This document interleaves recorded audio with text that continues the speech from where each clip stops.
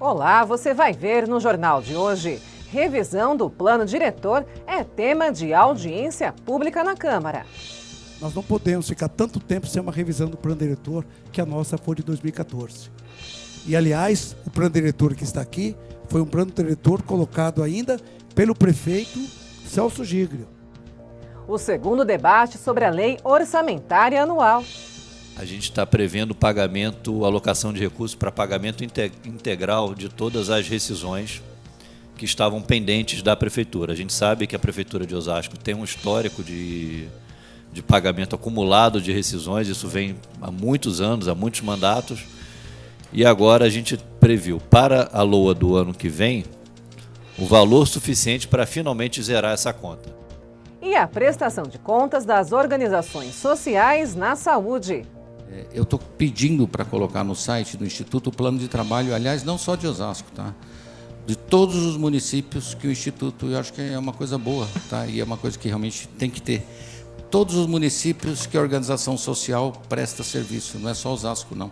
Então vão estar lá todos os planos de trabalho de que os contratos que estão fechados no site do Instituto. É agora no Câmara Notícias.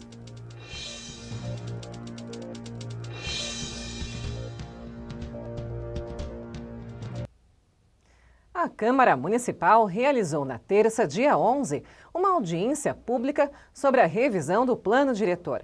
O debate foi convocado pelo vereador Tinha de Ferreira, secretariado por doutora Régia e acompanhado pelos vereadores Rogério Santos e Daniel Matias.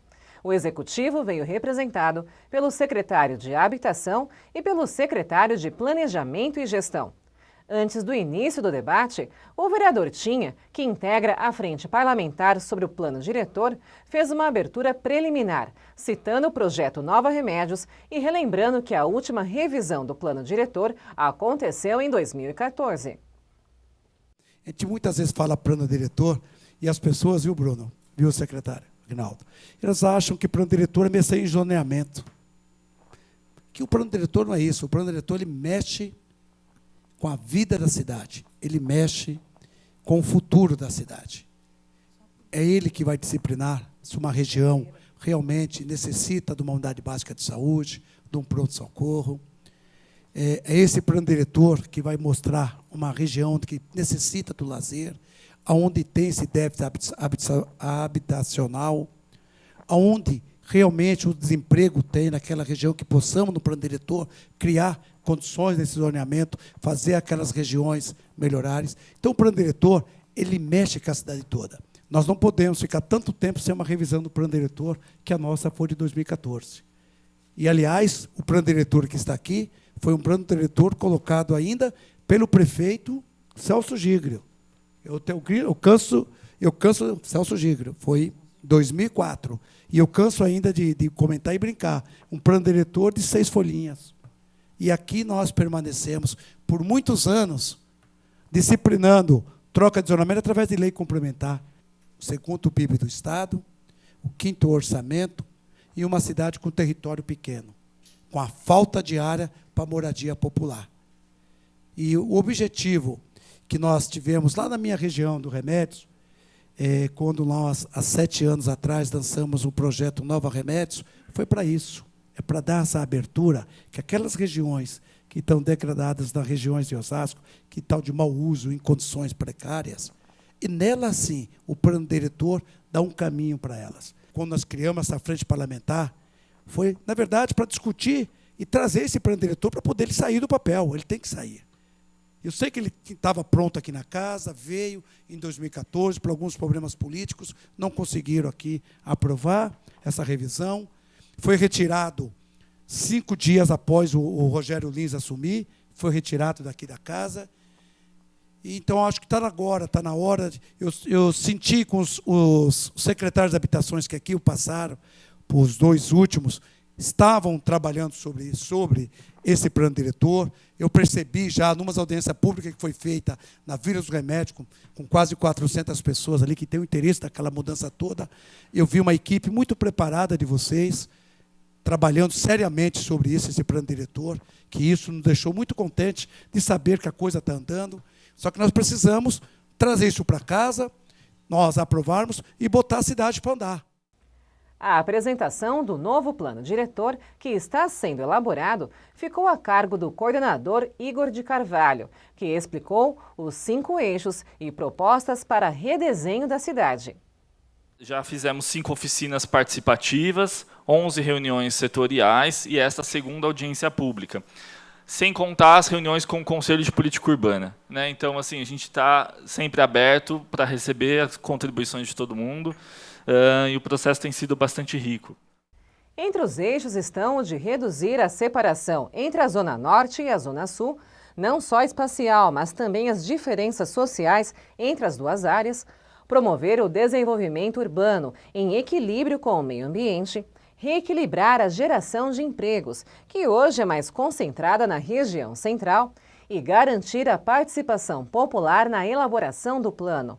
Entre as propostas estão o desenvolvimento de territórios periféricos, onde se concentra boa parte da população, e a criação de um anel de mobilidade e integração urbana, com a implantação de BRTs, dando mais eficiência às linhas de ônibus que atendem a cidade.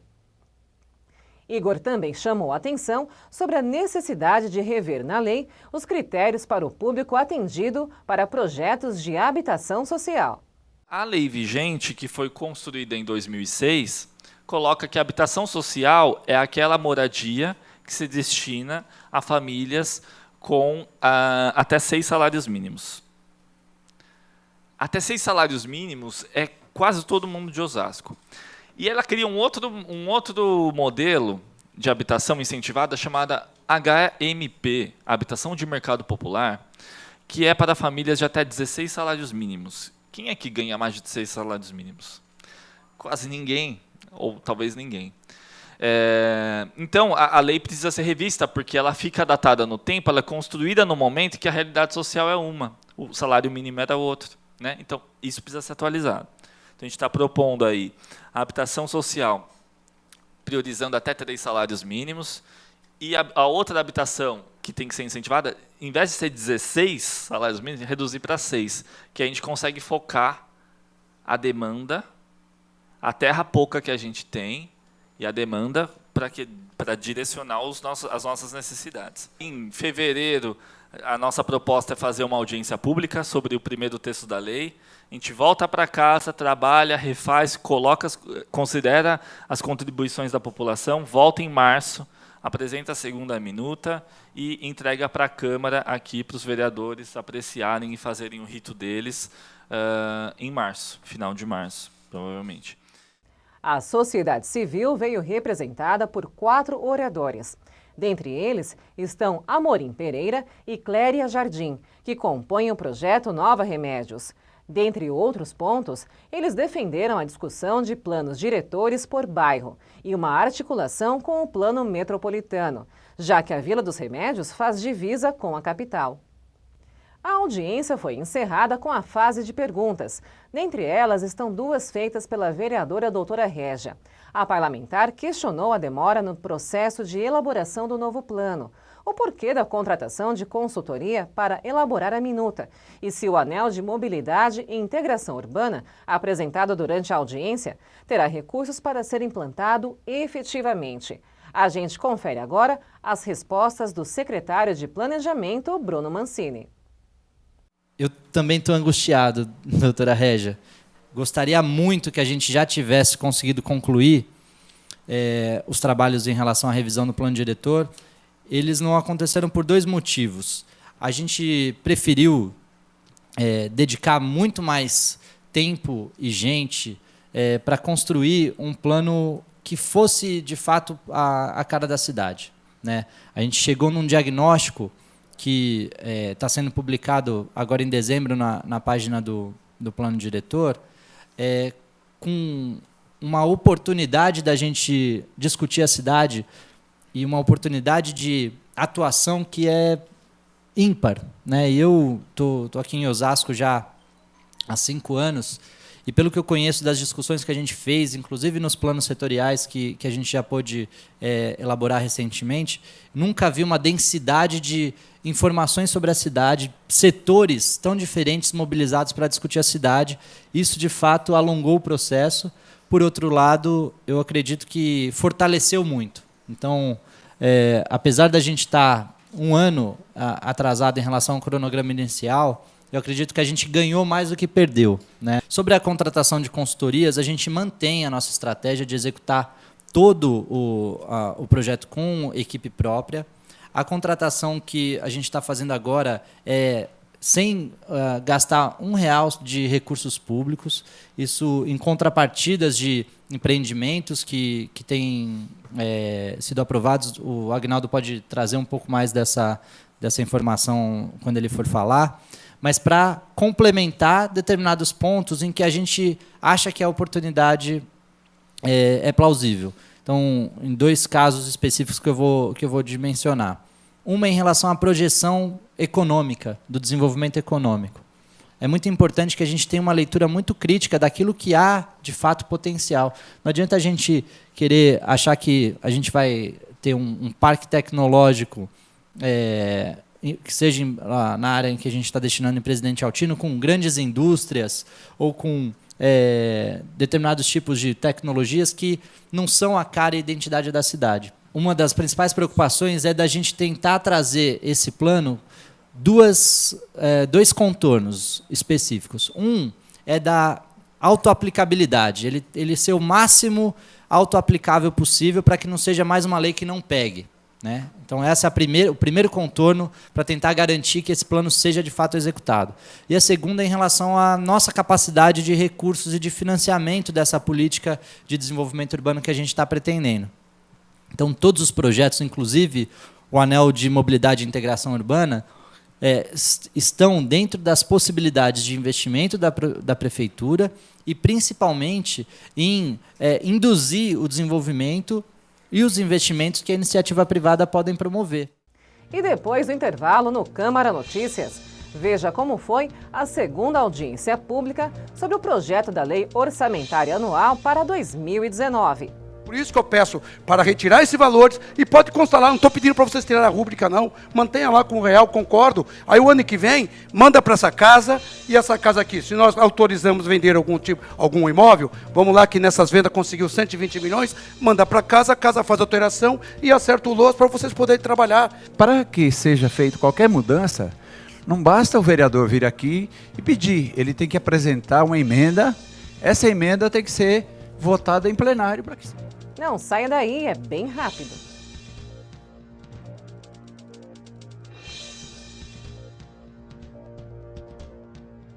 Quem doa sangue regularmente pode estar ajudando uma pessoa que nunca viu na vida.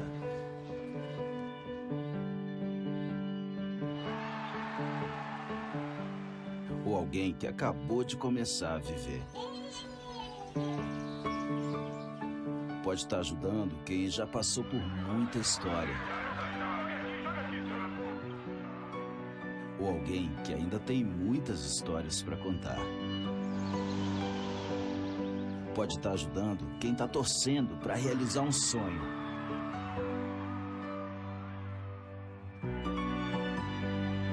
Ou alguém que está torcendo para ser ajudado. Quem doa sangue regularmente pode até não saber quem está ajudando, mas sabe que está ajudando muita gente. Ministério da Saúde, Governo Federal.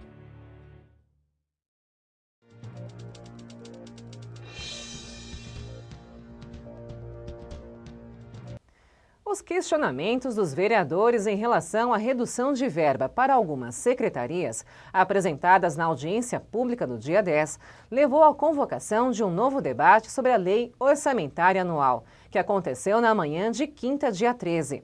A audiência reuniu novamente os representantes do Legislativo e os secretários de Finanças e de Planejamento e Gestão. Sotero, de Finanças, foi o primeiro a fazer o uso da palavra. A gente previu para esse exercício, nessa LOA que está aqui na casa, A gente está prevendo pagamento, alocação de recursos para pagamento integral de todas as rescisões que estavam pendentes da Prefeitura. A gente sabe que a Prefeitura de Osasco tem um histórico de pagamento acumulado de rescisões, isso vem há muitos anos, há muitos mandatos, e agora a gente previu para a LOA do ano que vem o valor suficiente para finalmente zerar essa conta. Foi colocado aqui também a questão do plano de carreira, a gente está encaminhando para essa casa o impacto, como o impacto está sendo finalizado, na hora que for mandado o projeto de lei, ele vai contemplar as variações no orçamento necessárias para absorver esse impacto do plano de carreira do magistério, do apoio e mais um, que, se não me engano, é da menor relativo ao meio ambiente. Ele não está explícito nessa folha, porque formalmente não havia o valor colocado, mas ele vai ser encaminhado dentro do projeto de lei específico do plano de carreira, que deve estar vindo essa semana, no mais tardar, no começo da próxima aqui para essa casa. O espírito dessa lei é o de responsabilidade.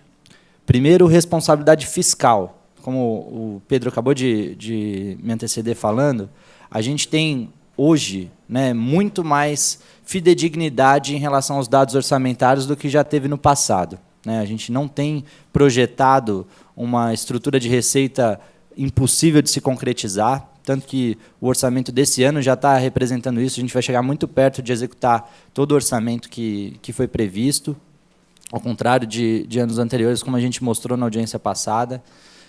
Então, a gente tem uma marca de responsabilidade fiscal de manter as contas em dia, conseguir executar políticas públicas sem comprometer financeiramente a economia do município, né? A gente falou do quanto a prefeitura e o governo como um todo é relevante do ponto de vista da economia local, da economia de Osasco. Então, a gente não pode gerar um colapso com rescisões dos trabalhadores tanto tempo sem receber, fornecedores e funcionários sob risco de não receber. Hoje a gente não passa por isso e nem no ano que vem nós vamos passar com esse orçamento que a gente está falando.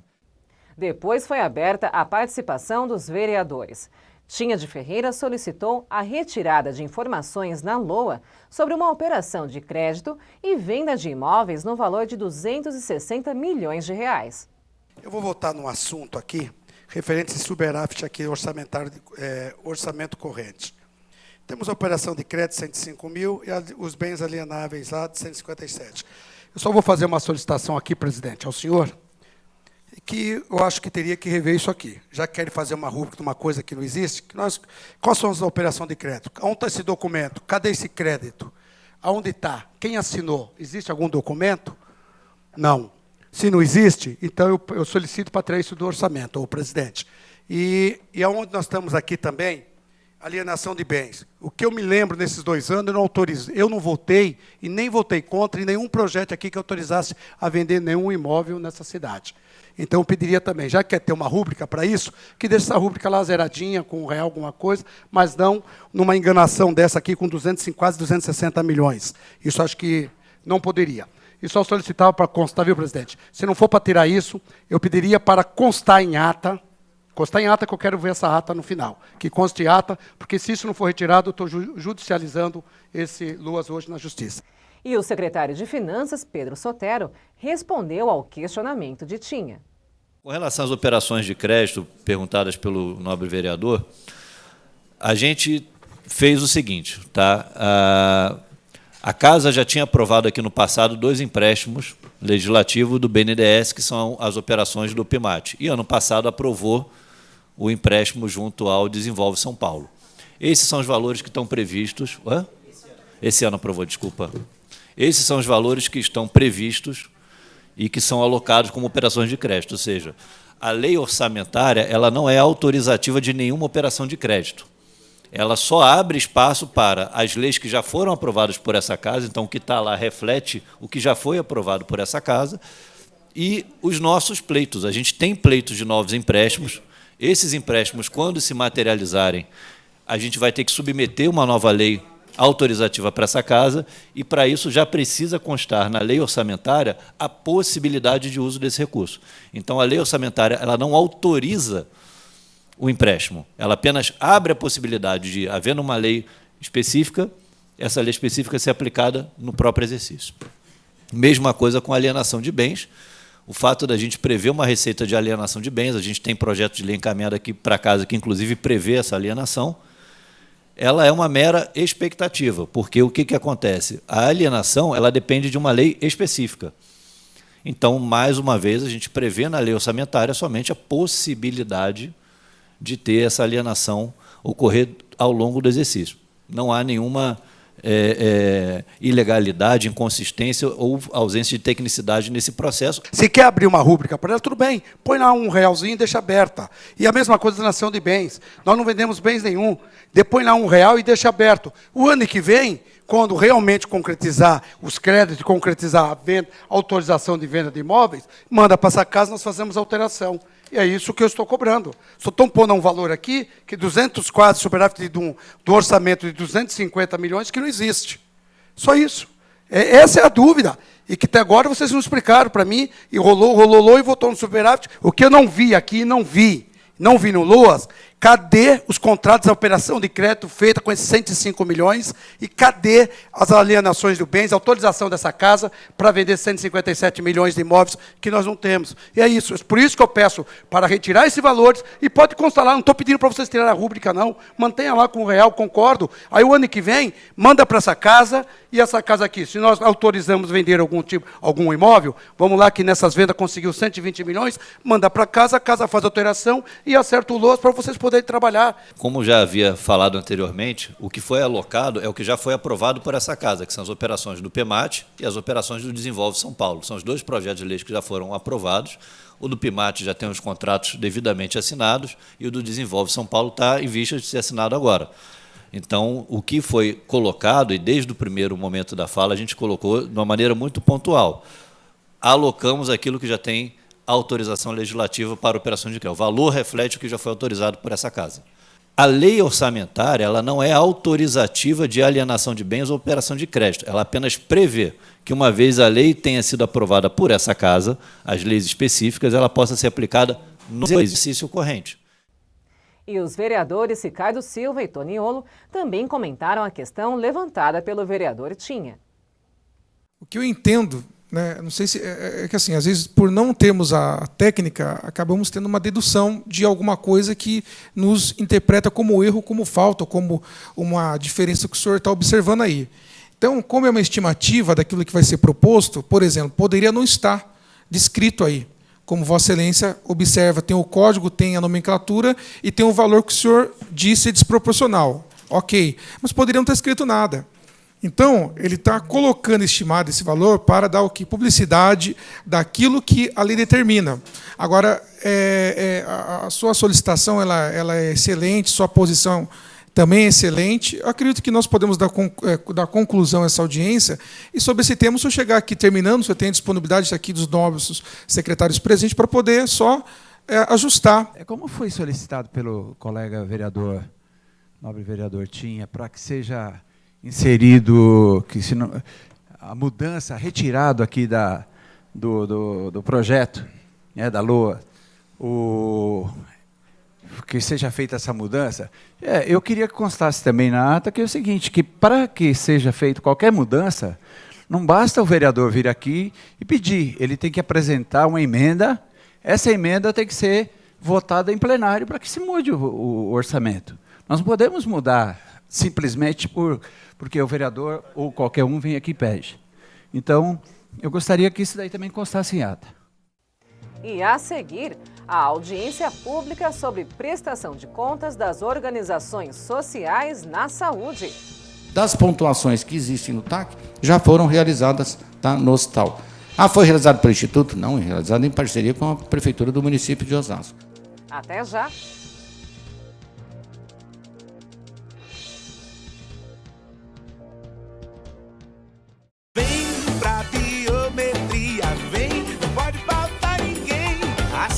Está na ponta do seu dedo também. A digital de cada um faz a diferença. Vem, você escolhe a dedo e volta muito bem. Por isso mesmo não pode faltar ninguém. Vem pra biometria, vem. Acesse o site da Justiça Eleitoral e se informe sobre a biometria no seu estado.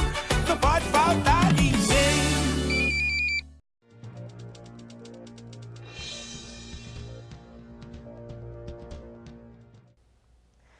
Câmara Municipal realizou na quarta, dia 12, uma audiência para prestação de contas das organizações sociais que atuam na área da saúde. O debate contou com representantes do Instituto Social Resgate à Vida, que gere as UPAs, e o Hospital Antônio Giglio, e contou com a participação dos vereadores Tinha de Ferreira, Doutora Régia, Assaf, Toniolo, e foi conduzido pelo vereador Ricardo Silva. Uma audiência tensa e extremamente longa, com quase 3 horas de duração.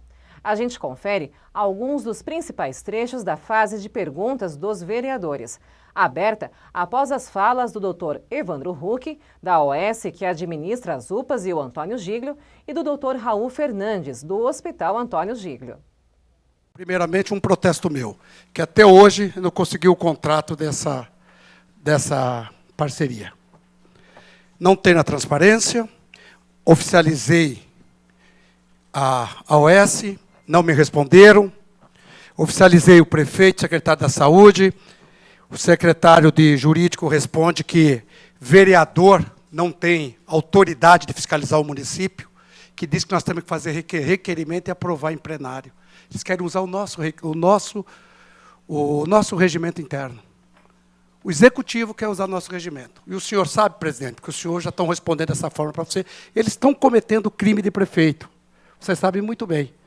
Se recebe para prestar um serviço, se recebe para ter uma manutenção, e por que não teve? Quem falhou nessa história? O prefeito, que não fiscalizou. Secretaria de Saúde, que não fiscalizou. E por trás disso tudo, a Câmara Municipal, que tem o poder da fiscalização.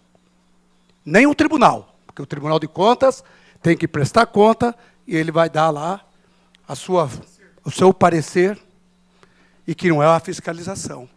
E quando eu visito de madrugada uma UPA, quando eu visito de madrugada um Antônio Giglio, eu não acho lá os 9 médicos que tem que estar no período das 12 horas e 7 dias. Eu acho 3, 4, e nós estamos pagando por eles.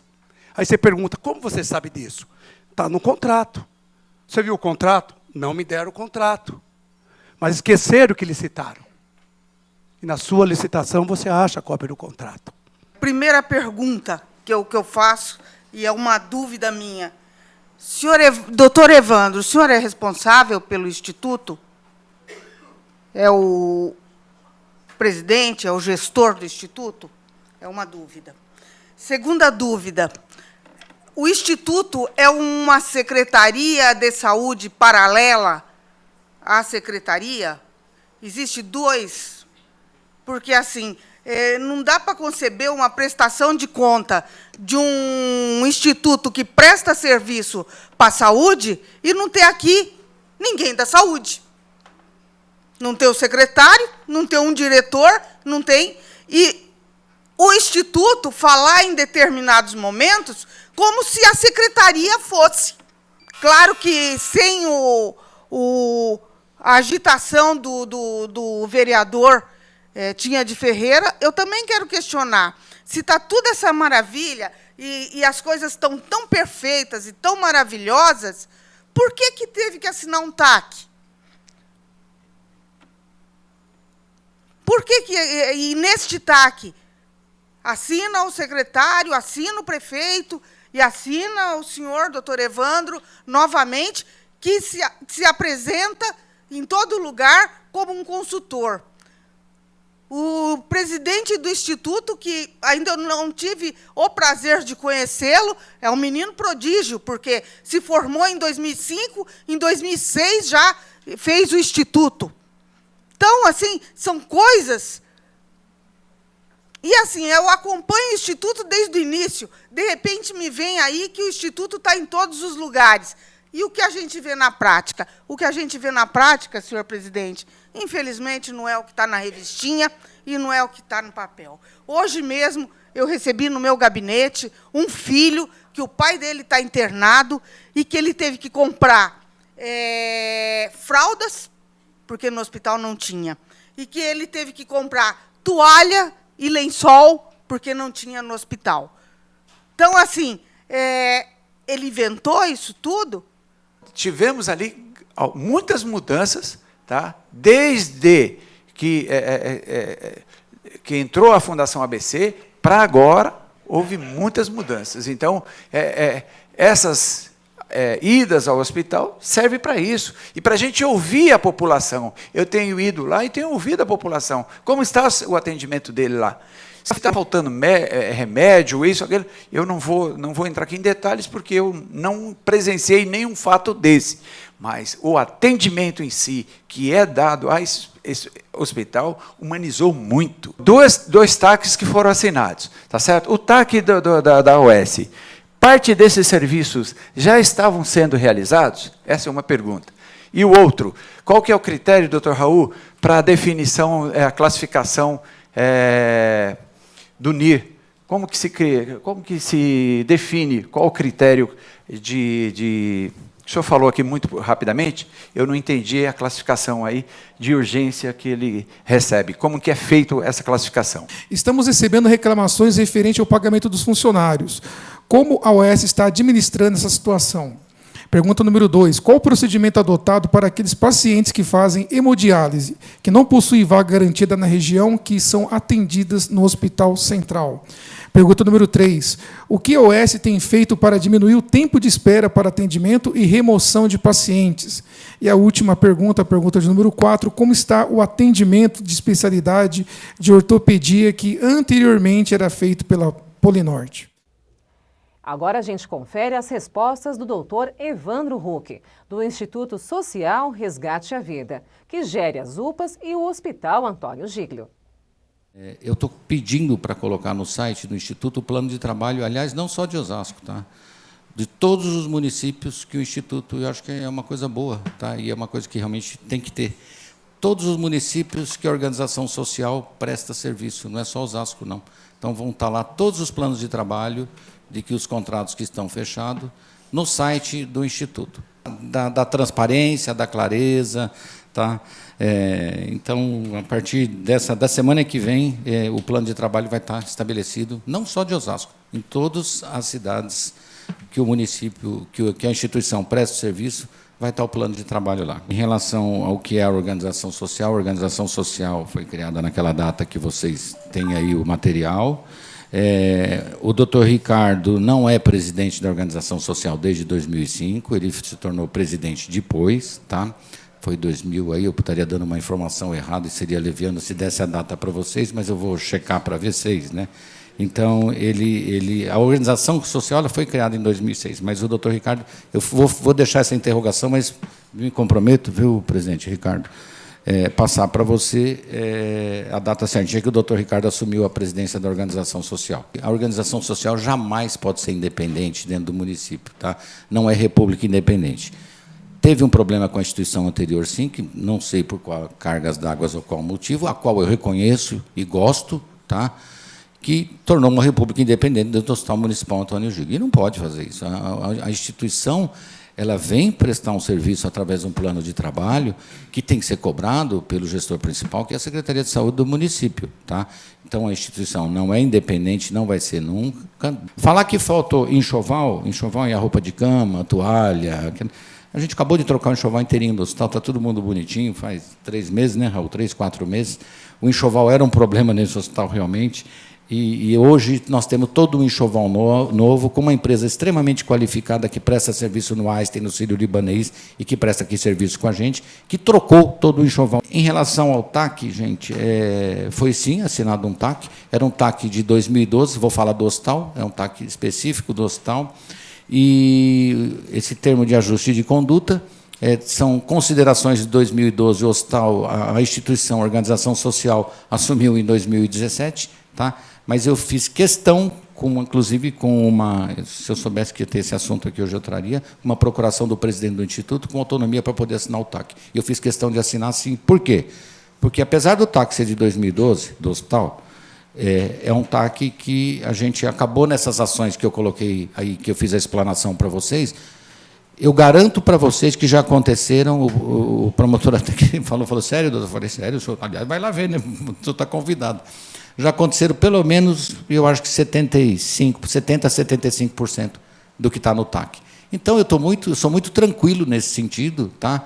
em relação a isso. E fiz questão de levar uma procuração e falar, porque eu não posso, eu não sou presidente da sociedade, da instituição, eu não posso assinar o TAC. Mas com a procuração, me autorizaram realmente que assinasse. Então, eu fiz questão de assinar o TAC, sim, para poder falar que, sim, 70% a 75% das pontuações que existem no TAC já foram realizadas, tá, no hospital.